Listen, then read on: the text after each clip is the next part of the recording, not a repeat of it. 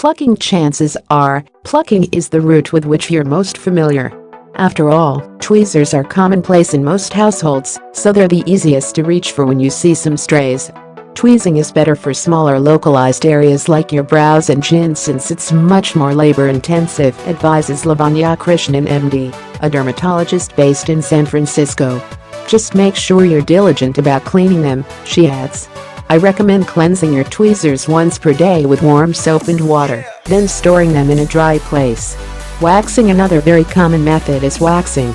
Using either soft wax, which is pulled off with cloth strips, or hard wax, that simply hardens and is pulled off on its own. A practitioner can remove hairs from your upper lip, cheeks, brows and chin with ease. But this popular practice isn't for everyone.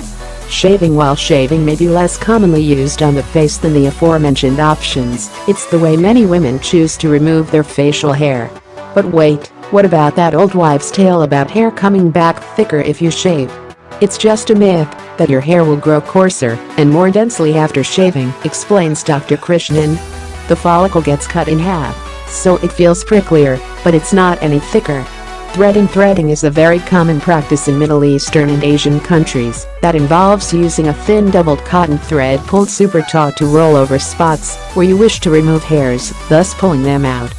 While it isn't quite as labor-intensive as plucking hairs one at a time, it works best on smaller areas such as the eyebrows, upper lip and cheeks.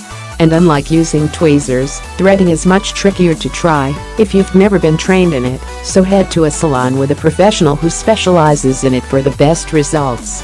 Depilatory creams. Gone are the days when depilatory creams were pungently scented. There are lots of new ones that are gentle and fragrance-free.